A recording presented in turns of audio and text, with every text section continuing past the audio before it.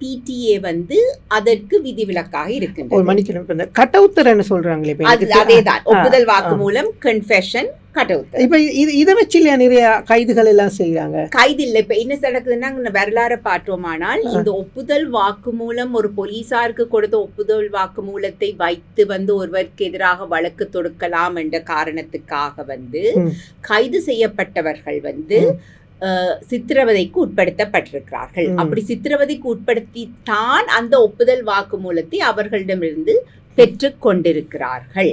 இப்போ நாங்கள் பல கடந்த 5-10 வருடங்கள் பார்த்தால் கூட பலருக்கு எதிராக அவர்கள் தொடுத்த வழக்குகளில் அந்த நபர்கள் நிரபராதியாக காணப்பட்டிருக்கிறார்கள். அப்படியான அநேகமான வழக்குகள் ஒப்புதல் வாக்குமூலத்தின் அடிப்படையில் தான் தொடுக்கப்பட்ட வழக்குகள்.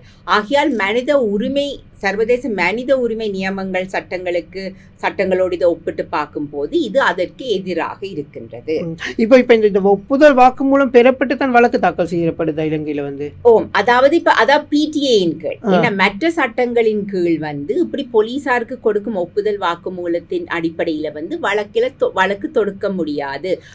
அது எதிராக ஆதாரமாக பயன்படுத்தப்பட முடியாது நார்மல் சட்டத்தில்.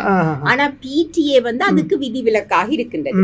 PTA-க்கு கீழ் ஒருவரை கைது செய்தால் அங்கே அவர்கள் அந்த நபரிடமிருந்து ஒப்புதல் வாக்குமூலத்தை போலீசார் பெற்றுக்கொண்டால் அந்த ஒப்புதல் வாக்குமூலம் அவருக்கு எதிராக பாவிக்கப்படலாம். அந்த ஒப்புதல் வாக்குமூலத்தின் அடிப்படையில் அவருக்கு எதிராக வழக்கு தொடுக்கப்படலாம். அதுதான் அங்கிருக்கும் முதல் பெரிய பிரச்சனை, குறைபாடு. தெளிவுக்காக இலங்கையில சட்டத்துல இல்ல ஒப்புதல் வாக்குமூலம் பெற்ற வழக்கு தொடர்றதுக்காக சட்டத்தில் PTA இருக்கு. இப்ப PTA வந்ததுக்கு பிறகு இருக்கு. PTA 1979 ஆண்டுல இருந்து இருக்குது.